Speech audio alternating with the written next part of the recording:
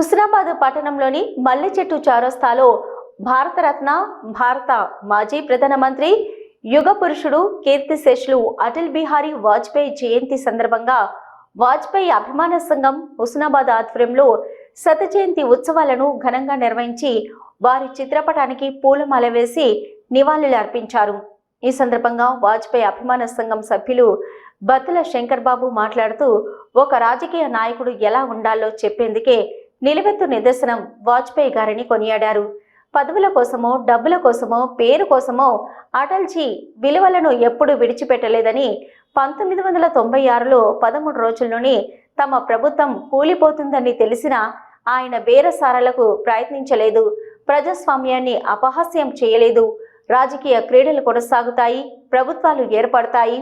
గత నెల అటల్ బిహారీ వాజ్పేయి గారి విగ్రహ ఏర్పాటుకు స్థలం ఇవ్వాలని మున్సిపల్ కమిషనర్ చైర్మన్ ను కోరడం జరిగిందని, త్వరలోనే విగ్రహ ఏర్పాటు చేస్తామని తెలిపారు.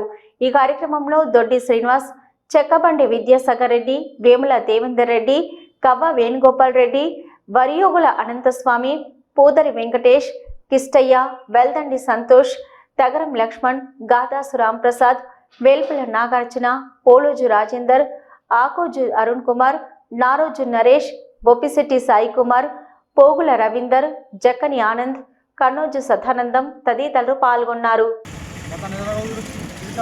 హుస్నాబాద్ పట్టణంలో భారత ప్రధానమంత్రి, మాజీ ప్రధానమంత్రి, భారత రత్న కాబట్టి వారి విగ్రహం కూడా హుస్నాబాద్ పట్టణంలో నెలకొల్పితే ఆవిష్కరిస్తే బాగుంటుందనే ఉద్దేశంతోనే మున్సిపల్ కమిషనర్ గారికి, చైర్మన్ గారికి వినతి పత్రం ఇవ్వడం జరిగింది.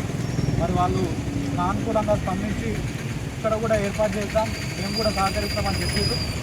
మరి దానికి కూడా వారి సూచనలు సలహాలు కూడా ఇవ్వవలసిందిగా మేము విజ్ఞప్తి చేస్తూ ఉన్నాం. విగ్రహావిష్కరణ కమిటీ ఆధ్వర్యంలో కేంద్రంలో మన నిధుల ద్వారా మున్సిపాలిటీ అభివృద్ధి చెందుతుందనేది ఒకసారి ఆలోచించాల్సిన అవసరం ఉన్నది.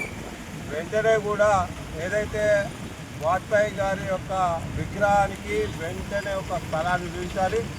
వారు చూపించలేడలో మేమే విగ్రహాన్ని ఎక్కడ పెట్టాలనేది చేసుకొని నేను రాబోయే కాలంలో పోరాటం చేయడానికి ఉన్నాం.